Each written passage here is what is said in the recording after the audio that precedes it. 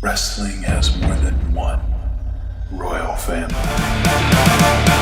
You can't see me, my time is now. I hear voices in my head thinking. Here we go. তো কাল ছিল আমাদের সকলের প্রিয় স্কটিশ ওয়ারিয়ার ড্রু ম্যাকিন্টায়ারের জন্মদিন। কালকের ভিডিও বানাইনি, সেই জন্য উইশ করিনি। তো আজকের চলো দেরিতে হোক তো উইশ তো করা যাক। আর শুধু তাই নয়, আজকে মানে শুধুমাত্র ড্রু ম্যাকিন্টায়ার নয়, আরও একজন ডব্লিউডব্লিউই বা রেসলিং জগতের বড় লেজেন্ড মিক ফলি, তারও আজকের বার্থডে। ড্রু ম্যাকিন্টায়ারটা কালকের চলে গেছে আর মিক ফলির হচ্ছে আজকে। তো আমাদের সকলের প্রিয় ড্রু ম্যাকিন্টায়ার আর লেজেন্ড মিক ফলিকে জানাই আমার তরফ থেকে আর আমার রেসল এক্সপ্লেনার ফ্যামিলির তরফ থেকে হ্যাপি বার্থডে। আর চলো এবার নিউজ ভিডিও শুরু করা যাক। আর চলো সর্বপ্রথমেই দেখে নিই যে রয়ের জন্য এরা কী কী বুক করে রেখেছে। তো প্রথমে আমরা ওবা ফেমিকে অ্যাডভার্টাইজ দেখতে পাচ্ছি। ওবা ফেমি কালকের রতে থাকবে। আর হ্যাঁ, তোমরা যদি ভেবে থাকো যে কালকেরই আমরা ডমডম ভার্সেস ওবা ফেমির ম্যাচ দেখতে পাবো, তো সেটা হচ্ছে না। আমার মনে হয় প্রথমে তো লিগ স্টেজের যে ম্যাচগুলো আছে, মানে যেগুলো হচ্ছে ফেডারেল 4-ওয়ে কোয়ালিফাইং ম্যাচ, ওগুলো আগে হয়ে যাবে। তারপর যে 4 জন বাঁচবে তাদের মধ্যে সেমিফাইনাল হবে দুটো। তো ওটার জন্য আমাদের এখনও কিছুদিন ওয়েট করতে হবে। সম্ভবত পরের সপ্তাহে এটা দেখতে পেতে পারি। আর ডেফিনেটলি ম্যাচটা তো খুবই ইন্টারেস্টিং। আমরা দেখতে চাই যে ওবা ফেমি কী রকম ভাবে ভাঙে ডমডম ভাইকে, তারপর লিভ মর্গানের কী অবস্থা হয়, জেডি ম্যাকডোনা কী করে ডমডম ভাইকে সাহায্য করে। জাস্ট এটা একটা ফানি ম্যাচ হতে পারে বলতে পারো, কারণ রেসলিং তো দেখতে গেলে দুজনের মধ্যে আকাশ পাতাল তফাৎ। আর লড়াইয়ের দিক দিয়ে তো সেরকম হবে না। ডমডম ভাই যতই চেষ্টা করুক, চিটিং করলেও হয়তো জিততে পারবে না। আমরা জাস্ট এটা একটা ফান এলিমেন্টের জন্যই দেখছি। তবে কালকের ওবা ফেমিকে অ্যাডভার্টাইজ করা আছে, তো সম্ভবত একটা প্রোমো সেগমেন্ট দেখতে পেতে পারি যে সেমিফাইনালে ডমিনিকের তো ব্যান্ড বাজাবো, আর তারপরে কিং অফ দ্য রিং ফাইনালও জিতবো। আর অবশ্যই ব্রক লেসনারকে টিজ করবে বা ব্রক লেসনারকে কিছু একটা বলবে, এটাও তো কম্পালসারি। তারপর দেখতে পাচ্ছি যে রে মিস্টেরিও ভার্সেস পেন্টার মধ্যে আমরা আইসি টাইটেলের ম্যাচ দেখতে পাবো, তো এটা একটা ভালো ম্যাচ। তারপর রয়েছে সোল রুগা ভার্সেস লায়রা বালগারিয়া আইসি টাইটেলের জন্য। তো কালকের আমরা দুটো আইসি টাইটেলের ডিফেন্ডারদের দেখতে পাবো, আর অনেক দিন পর লায়রা বালগারিয়াকে আমরা এই আইসি টাইটেল পিকচারে দেখতে পাচ্ছি। আর অবশ্যই অনেকদিন পর রেসলিং করতেও দেখতে পাবো। তারপর রয়েছে Seth Rollins versus Jevon Evans versus Ricky Starks versus Talla Tonga. এটা কিং অফ দ্য রিং টুর্নামেন্টের ম্যাচ। আর এখানে আমার মনে হচ্ছে একেবারে পুরোপুরি ক্লিয়ার যেখানে সেথ রলিন্সই জিতবে, কারণ যদি সেথ রলিন্স না জেতে, তোমাদের কি মনে হয় রিকি স্টার্ক, জেভন এভান্স, টালাটোঙ্গা একজনও কি দেখে মনে হয় যে এটা রোমানের অপোনেন্ট হওয়ার যোগ্য? মনে তো হয় না। তাহলে জিতবে কে? Seth Rollins of course. আর যেমনটা শুনছিলাম যে এখনও পর্যন্ত উইনার ঠিক করা হয়নি, 3 জনের নাম কনসিডার করা হচ্ছে। তো সেই 3 জনের মধ্যে অবশ্যই সেথ রলিন্স তো থাকবেই। তো কালকের কিছুটা পরিষ্কার হয়ে যেতে পারে এই ম্যাচটার পর। আর সম্ভবত এটাই মেন ইভেন্ট হতে চলেছে। আর তারপর আমরা ফিমেল ডিভিশন থেকে কুইন অফ দ্য রিংয়ের জন্য দেখতে পাবো Becky Lynch versus Liv Morgan versus Alexa Bliss versus Chelsea Green. এখানে লিভ মর্গান নিজে চ্যাম্পিয়ন হওয়া সত্ত্বেও সে এই টুর্নামেন্টে রয়েছে। আর এই ম্যাচটা কে জিতবে বলা একটু মুশকিল লাগছে, যদিও এটা নিয়ে আমরা কেয়ার করি না, তবে বলা তো মুশকিল। এখানে বেকি লিঞ্চ এত বড় কন্টেন্ডার, তারপর অ্যালেক্সা ব্লিস রয়েছে, তাকে আমরা কী করে বাদ রাখতে পারি। আর চেলসি গ্রিন, তাকে ফান এলিমেন্টের জন্য ইউজ করা হয়, কিন্তু তাকেও একটু টপে রাখা হয়। আর যদি ডমডম ভাই যেতে পারে সেমিফাইনালে, তাহলে চেলসি গ্রিন কেন যেতে পারবে না? কিন্তু লিভ মর্গানের চান্সটাও লাগছে যে লিভ মর্গান চ্যাম্পিয়ন টুর্নামেন্টে রয়েছে আর প্রথম ম্যাচই হেরে যাবে। তো মেবি হতে পারে যে যেমনি ডমডম ভাই চলে গেছে সেমিফাইনালে, তেমনি লিভ মর্গানও চলে গেল। আর এরপর তোমাদেরকে একটা রিইউনিয়ন দেখাবো। আমাদের বিগ শো আর ভারতের গর্ব গ্রেট খালি দুজনে একসাথে আবার রিইউনাইট হয়েছে।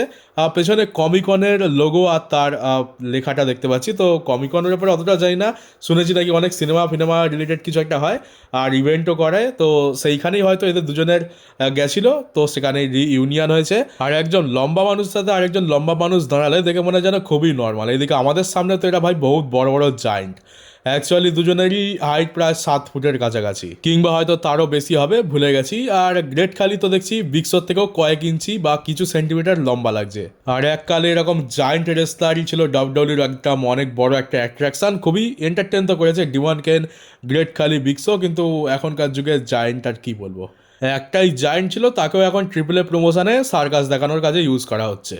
তবে অনেকদিন পর বিগসো আর গ্রেট খালিকে একসাথে দেখে সেই ছোটবেলার কথা মনে পড়ছে আমার। মানে তখন সত্যি কত ক্রেজ ছিল যখন এই ম্যাচটা, মানে এরকম আমরা ম্যাচ দেখতে পেতাম যে বিগসোর সাথে গ্রেট খালি। আর তখন তো বুঝতাম না যে সব কিছু স্ক্রিপ্টেড, তো ভাবতাম যে বাবা এত বড় বড় রেসলার এত বড় বড় হাইটের একে অপরের সাথে লড়বে। আমরা এই ম্যাচগুলো দেখার জন্য একেবারে উতলা হয়ে থাকতাম যে এরা যখন ম্যাচটা শুরু হবে কীরকমভাবে এরা লড়বে আর কীরকম ধ্বংসাত্মক পরিবেশ আমরা সৃষ্টি হতে দেখতে পাবো। আর এরপর একটা গুড নিউজ রয়েছে, সেটা হচ্ছে যে স্ম্যাকডাউন আবার 2 ঘন্টার হয়ে যাবে, 3 ঘন্টার আর অত্যাচার সহ্য করতে হবে না।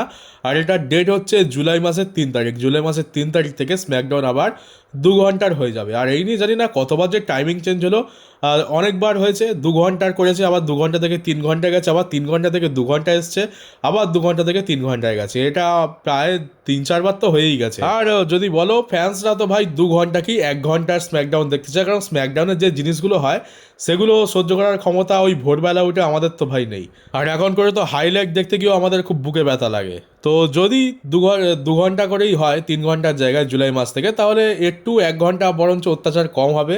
আর মনে তো হয় না যে এখন আর কেউ ভোরবেলা উঠে স্ম্যাকডাউন আদৌ দেখে। আর এরপর একটা অবাক করা জিনিস দেখাবো, এই যে বিয়াঙ্কা বেলার রেসলম্যানিয়াতে এসে তার প্রেগন্যান্সি অ্যানাউন্স করে, যার ফলে রেসলম্যানিয়াটা বলতে পারো যে কিছুটা সেভ হয়েছে। তো সেইটারই এখন অ্যাকশন ফিগার বার করে ডাব্লিউডাব্লিউ বিক্রি করছে। তোমার একবার হাল দেখো, মানে কোথা থেকে কোথায় পৌঁছে গেছে। অ্যাকচুয়ালি রেসলিং শো, যেটা মানে ডাব্লিউডাব্লিউ সব থেকে বড় রেসলিং ইভেন্ট হচ্ছে রেসলম্যানিয়া, সেইটাকে সেভ করবে কোথায়? ভালো ভালো স্টোরি লাইন, ভালো ভালো বড় বড় রেসলার, তা নয় রেসলাররা প্রেগনেন্ট হয়ে এখন রেসলম্যানিয়াকে সেভ করছে। মানে কি দিনকাল এলো। আর যদি মন্টেসপোর্ট ঠিক সময় তার বন্দুক থেকে গুলি না চালাতো, তাহলে তো রেসলম্যানিয়া নাইট ওয়ানকে কেউ বাঁচাতেই পারতো না। মানে সত্যি আর কি দেখতে হবে। আর এমনি তো টিকেও তো মরা মানুষকে নিয়েও ব্যবসা করতে ছাড়ে না, তাহলে যে জন্মায়নি তাকে নিয়ে ব্যবসা করতে আর আপত্তিটা কি? দেখে নাও, সেই জন্যই বিয়াঙ্কা বেলারের এরকম একটা অ্যাকশন ফিগার এসছে।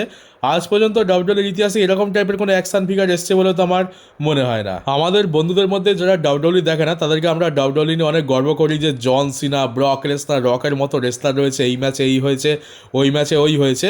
কিন্তু ভাই এখনকার যুগের যারা নতুন নতুন দেখা শুরু করেছে, এরা কিছু বছর পর গিয়ে কি নিয়ে গর্ব করবে? আমরা তো বলতাম যে ভাই 2012 সালে জন সিনা ভার্সেস রক হয়েছিল, একদম কি লেভেলের মজা পেয়েছি। আর এখনকার যুগের ছেলেপুলেরা কি নিয়ে গর্ব করবে? যে আমরা লাইভ দেখতে পেয়েছি যে রেসলম্যানিয়া নাইট ওয়ানে বিয়াঙ্কা বেলার তার প্রেগনেন্সি অ্যানাউন্স করে। তো আমার যে বন্ধুরা নন রেসলিং ফ্যান রয়েছে, জীবনে কখনো ডাব্লিউডাব্লিউ দেখেনি, যারা ডাব্লিউডাব্লিউকে বলে ফেক, নকল, কেন দেখিস এইসব আলতু ফালতু জিনিস, সব কিছুই তো আগে থেকে ঠিক করা থাকে, তাদেরকে গিয়ে যদি বলি যে এই জিনিসগুলো আমরা দেখতে পেয়েছি, তাহলে তো তারা আরও বেশি হাসাহাসি করবে আমাদেরকে নিয়ে। আর এরপর তোমাদেরকে একটা জিনিস বলি, যেটা হয়তো রেসলিং ফ্যানদের কাছে তো অতটা ইম্পর্টেন্ট নয়, সেটা হচ্ছে ব্লেক মনরো। তো ব্লেক মনরোর অবস্থা এখন সেই বীর মহান কামিং টু রক সেটার মতো হয়ে গেছে। মানে আমরা তো জানি যে ব্লেক মনরো আসতে চলেছে স্ম্যাকডাউনে, কিন্তু প্রায় 7 সপ্তাহ, প্রায় 1.5 মাসেরও বেশি সময় হয়ে গেল তখন থেকে সে খালি আসছে। আমরা প্রায় 1.5 মাসের আগে থেকে ভিডিও প্যাকেজ দেখতে শুরু করি যে হয় অর্ধেক ন্যাংটোয় খাটে, নয় পুরো ন্যাংটোয় বাথটাবের মধ্যে ব্লেক মনরো ভিডিও প্যাকেজে প্রোমো শ্যুট করছে। আর সেটা আমরা প্রত্যেক সপ্তাহে ভিডিও প্যাকেজ দেখতে পাচ্ছি। তো দেখানো হচ্ছে যে হ্যাঁ আসছে, এই তো চলে এসছে, এইবার এসে গেছে। কিন্তু এটা করতে করতে প্রায় 1.5 মাস কেটে গেল। আর আমি ভাবছি যে সিম্পদেরকে দিয়ে যখন ভিউয়ারশিপ আনার প্ল্যান করেই রেখেছে এরা, মানে প্ল্যান কি, এটা তো চলছে অ্যাকচুয়ালি, তাহলে এত দেরি করছে কেন? আর ব্লেক মনরো বলতে পেজের কথা মনে পড়লো। আর কিছুদিন আগেই পেজের মায়ের একটা ছবি খুব ভাইরাল হয়েছে। তো আমরা তো এতদিন পেজকে দেখেছি, তো এই যে তোমরা বাঁ দিকে যাকে দেখতে পাচ্ছ, এটা হচ্ছে পেজের মা। আর দেখে বুঝতেই পারছি যে যার মা এত সুন্দর, তার মেয়ে তো অবশ্যই সুন্দর হওয়ারই ছিল। আর আমি সত্যিই তাকে দেখে খুবই সারপ্রাইজ হচ্ছে, এই প্রথমবার আমি তাকে দেখলাম। আর দেখে বোঝা যাচ্ছে না যে কে মেয়ে আর কে মা, মানে দুজনকে তো সেম বয়সেই লাগছে। আর এবার কি হবে, এতদিন তো সকলের ক্লাস ছিল শুধুমাত্র পেজ, এখন তার মাও হয়ে গেছে। আর চলো এরপর এজে স্টাইলসের একটা ইন্টারভিউ নিয়ে কথা বলা যাক। বেশ কিছু বিষয়ের উপর এজে স্টাইলস কথা বলে। তো প্রথম যেটা বলবো সেটা হচ্ছে চ্যাট গেবাল। তো এখন দেখতে পাচ্ছ যে চ্যাট গেবালের কীরকম আমরা ক্রেজ দেখতে পাচ্ছি, সকলে তাকে পছন্দ করছে, আর এখন একটা মোমেন্টামে রয়েছে। তো এজে স্টাইলস বলছে যদি এই সময় যদি চ্যাট গেবালের মোমেন্টামটাকে কাজে না লাগায় ডাব্লিউডাব্লিউ, তাহলে খুবই বোকামু করবে। চ্যাট গেবালকে এখন খুবই জোরদার পুশ করা উচিত। তো অ্যাকচুয়ালি আমিও এটা মনে করি যে চ্যাট গেবাল তো ভাই পরবর্তী কাট অ্যাঙ্গেলের জায়গাটা নিতে পারতো, যদি তাকে ঠিক করে ইউজ করা হতো। সময় তো তাদের কাছে ছিল, আর বলবো সময় এখনও রয়েছে। সে ফ্যান্সদের মধ্যে এখন বেশ ওভার, আর এখন আগের থেকেও বেশি সাপোর্ট পাচ্ছে এল গ্র্যান্ড আমেরিকানো হওয়ার পর থেকে। তো এখন চাইলে করতে পারে, কিন্তু মেন কথা হচ্ছে যে এটাই যে সাপোর্ট করার নামে আমরা খালি ওই 2 সপ্তাহ ব্যাক স্টেজে দেখতে পাবো, আর কিছুদিন পর কয়েকটা ম্যাচ দেখতে পাবো, তারপর হাওয়া হয়ে যাবে। ডাব্লিউডাব্লিউ নতুন স্টার বিল্ড করতে পারছে না এই সময়। সেখানে চ্যাট গেবাল যখন অলরেডি এত ভালো রকমভাবে বিল্ড হয়ে আছে, তাহলে তাকে ইউজ করলে তো কিছুটা লাভ হতে পারে, ভবিষ্যতের জন্য অনেক ভালো জিনিস। তবে ভাই আমার তো একদম আশা নেই, বিন্দুমাত্র আমার আশা নেই। জানি না আদৌ চ্যাট গেবালের সাথে ভবিষ্যতে গিয়ে কী হবে। এই চলছে এখন কিছুদিন ধরে দেখতে পাচ্ছি। হয়তো আর বড় জোর 1-2 মাস দেখতে পাবো, তারপর হয়তো সব কিছু আবার বোরিং হওয়া শুরু করবে। তবে আমি অন্তত চাই যে চ্যাট গেবালকে এরা ভালো করে ইউজ করুক। বেশ কিছু সময় আগে যে আমরা দেখছিলাম যে চ্যাট গেবালকে এখনও এমনটা দেখানো হচ্ছে যে পরবর্তী কার্ট অ্যাঙ্গেল যেন সেই স্টোরি লাইনে আবার ফিরিয়ে আনা হয়। আর অ্যাকচুয়ালি এখন কিন্তু ফ্যান্সরা তাকে নেক্সট কার্ট অ্যাঙ্গেল হিসাবে অ্যাকসেপ্টও করে নেবে। আর আমিও এজে স্টাইলসের সাথে একমত যে এখন যদি এটা ইউজ না করে তাহলে ডাব্লিউডাব্লিউই হবে একদম ডাম্প, খুবই বোকা। আর রিয়ালিটি হচ্ছে যে আমরা জানি যে ডাব্লিউডাব্লিউ সত্যিই খুবই বোকা। এটা ইউটিউবের ভিডিও, তাই শুধু বোকা বলে ছেড়ে দিলাম, নাহলে ওর পরে আরও দুটো শব্দ লাগানোর আমার খুবই ইচ্ছা ছিল। আর তারপর এজে স্টাইলস বলে যে আর কোনো দিনও কিন্তু ডাব্লিউডাব্লিউ সেই আগের এরাতে ফিরে যেতে পারবে না, অ্যাটিটিউড এরা, রুথলেস অ্যাগ্রেশন, তারা পিজি এরাতেই থাকবে। পিজি এরা বলতে এই যে আমরা দেখতে পাচ্ছি যে PG-14 PG-13 বলে, মানে তোমাদের প্রোডাক্টটাকে এমন রাখতে হবে যেন বাচ্চারা সেই জিনিসগুলোকে দেখতে পায়।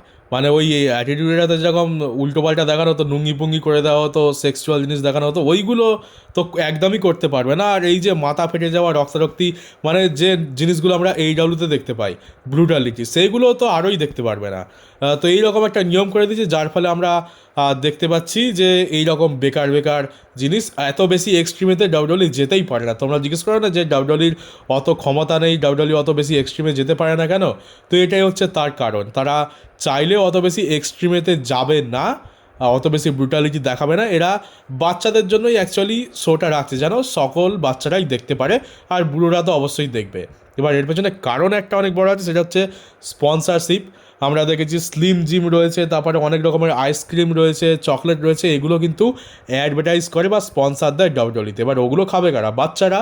এবার যদি শোগুলো বাচ্চাদের জন্যই না হয় তাহলে অ্যাডভার্টাইজিংগুলো দেখবে কে? তো বিজনেসের চক্করে পেছন মেরে রেখে দিয়েছে রেসলিংয়ের, আর যার জন্য AEWতে ওরকম কোনো ব্যাপার নেই স্পন্সরশিপের, তাই তারা নর্মাল যেরকম হয় সেরকমই করে। AEWতে যেটা হয় ওটাই নর্মাল রেসলিং, তো ওটাই আমরা দেখতে পাই।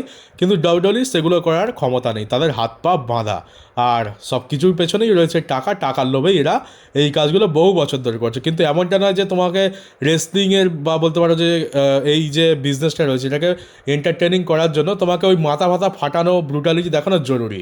আমরা কিন্তু PG-13 ভিন্স ম্যাকম্যানের যুগেও দেখেছি ম্যাচগুলোকে বেশি এক্সট্রিম আর ব্রুটালিটিতে না নিয়ে গিয়ে আমরা দেখেছি যে কীরকম স্টোরি লাইন দিয়েছে। আন্ডারটেকার, শন মাইকেলস রয়েছে, জন সিনা, রক রয়েছে, তারপর 2026 বলছি 15, 16, 17 এই রকম সালগুলোতে আমরা কত ভালো ভালো স্টোরি লাইন দেখতে পেয়েছি। সেখানে তো কাউকে মাথা ফাটানোর দরকার পড়েনি, কাঁটাতার জড়িয়ে কাউকে কফিন বক্সে ঢোকানোরও দরকার পড়েনি, তাও আমরা ভালো ভালো স্টোরি লাইন দেখতে পেয়েছি, আমরা এন্টারটেন তো হয়েছি। তো চাইলে সব কিছুই সম্ভব, সব কিছুর মধ্যে থেকেও করা যায়, কিন্তু মেন কথা হচ্ছে যে এটা খাটতে চায় না। রেসলিং তো দূরের কথা, ওটা বাদই দাও। আমরা অ্যাকচুয়ালি ভালো স্টোরি লাইন আর এন্টারটেনমেন্টের জন্য ডাব্লিউডাব্লিউ দেখতাম, কিন্তু এখন না তো ভালো স্টোরি লাইন আছে না তো এন্টারটেনমেন্ট রয়েছে। আর এইবার এজে স্টাইলস যে কথাটা বলেছে সেটা শুনে তো আরও অবাক হয়ে যাচ্ছি। তো এই যে ফ্যান্সরা TKOকে ক্রিটিসাইজ করে, টাকলাকে ক্রিটিসাইজ করে, তো এজে স্টাইলস বলছে যে আমার মতে ফ্যান্সদেরকে এইসব কিছু কুইট করে দেওয়া উচিত, মানে আমরা ক্রিটিসাইজ করা বন্ধ করে দিই, আর TKO যে ডিসিশানগুলো নিচ্ছে সেগুলোকে অ্যাকসেপ্ট করা উচিত আমাদের। তো আমরা এটা আমি মানতে পারছি না, তো আমরা কেন ক্রিটিসাইজ করবো না? মানে আমাদের জন্যই তো ডাব্লিউডাব্লিউটা চলছে।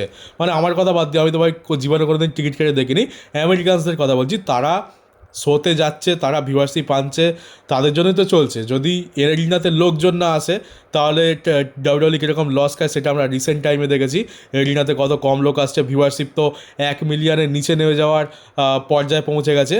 তো যদি ফ্যান্সরা দেখবে, যদি ফ্যান্সদের জন্যই সব কিছু হয়ে থাকে, তাহলে কেন ফ্যান্সরা ভালোকে ভালো বলবে না আর খারাপকে খারাপ বলবে না? আর এমনটা তো নয় যে ফ্যান্সরা সবসময় খারাপ কথাই বলে। আমরা দেখেছি যে 1000টা খারাপ কাজ করার পর টাকলা যখন একটা ভালো কাজ করে তখন আমরা সব কিছু ভুলে যাই যে অতীতে কী করেছিল, আর আমরা টাকলাকে ধন্য করি। কিন্তু তারপরে কি হয় যে আমরা বুঝতে পারি যে টাকলা যে ভালো কাজটা করেছে বলে আমাদের মনে হচ্ছে, সেইটা দুদিন পর গিয়ে দেখি ভুল ডিসিশনে পরিণত হয়েছে, তখন আমরা তাকে আবার ক্রিটিসাইজ করি। তো ভালো যখন বলছি তখন খারাপ বলারও অধিকার ফ্যান্সদের রয়েছে। আর এজে স্টাইলস এরকম ধরনের কথাবার্তা বলছে, তো ভাই মাঝে মাঝে তো আমার মনে হয় যে টাকলা ইচ্ছা করে এদেরকে দিয়ে এসব করায়। এই জন সিনা, জেউসো, কোডি রোডস, তারপর এজে স্টাইলস, টাকলাই এদেরকে দিয়ে ইন্টারভিউগুলো জবরদস্তি করা, যে তুমি একটু যা বলে দাও যে যেন আমাদেরকে ক্রিটিসাইজ না করা হয়। মানে এমনিতে তো সোশ্যাল মিডিয়া খোলার জন্য নেই, যেখানেই যায় সেখানেই গাল খায়। তো ভাবছে যে লেজেন্ডসদেরকে দিয়ে যদি বলানো যায় যে ক্রিটিসাইজ করো না, গালাগালি দিও না, আমাদেরকে হেট করো না, তাহলে হয়তো ফ্যান্সরা মেনে নেবে। আর সেই জন্যই আমরা দেখতে পাই যে কোডি রোডসের এত বেশি ফ্যান ফলোয়িং। তো কোডি রোডস এসে বলছে যে হেট করো না, তারপর এজে স্টাইলস বলছে হেট করো না, জন সিনা মাঝে মাঝে বলছে হেট করো না। এদিকে জন সিনা নিজেই একসময় এদের এগেনস্টে কথা বলেছে, এখন রিটায়ারমেন্ট নেওয়ার পর সেও বলছে হেট করো না। তো টিকেও যেটা করছে সেটাকে সম্মান জানাও। তো ভাই আমাদের পছন্দ না হলে সম্মান তো দূরের কথা, আমরা দেখবও না। তো এই নিজের দোষগুলো না লুকিয়ে যদি কিছু ভালো কাজ করে তাহলে এই কথাগুলো বলার আর দরকার পড়ে না। আর তো চলো গাইস, এদের তো ভাই এরকম চলতেই থাকবে। এরা তো ভাই দেশের নেতাদের মতো ভালো কাজ তো করবে না, উল্টে নিজেদের দোষ ঢাকতে ব্যস্ত।